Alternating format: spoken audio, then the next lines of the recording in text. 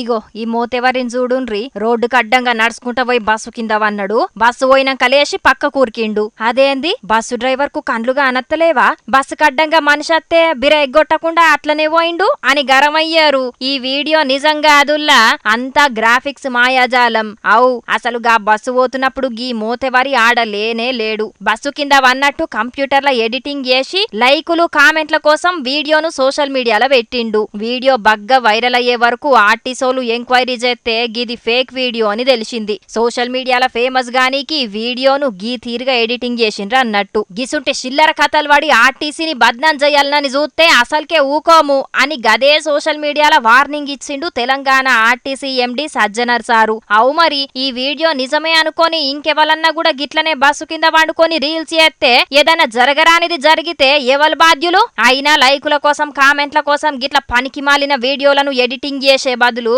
మీ talent ను సినిమాలలో చేసే గ్రాఫిక్స్ మీద పెడితే పేరుతో పాటు పైసలు కూడా వస్తాయి కదరా అయ్యా అని కామెంట్లు పెడుతున్నారు చాలా మంది. అయినా కొందరు జనాలు రీల్స్ పిచ్చితోని లైకుల కోసం ఏమేమో పిచ్చి పనులు చేస్తుంటారు. కొందరైతే పానాలు కూడా పోగొట్టుకున్నారు. ముత్తెమంత రీల్ కోసం పానాలను రిస్కులో పెట్టేటోళ్ళు ఇప్పటికన్నా మారు రిజ్జరా.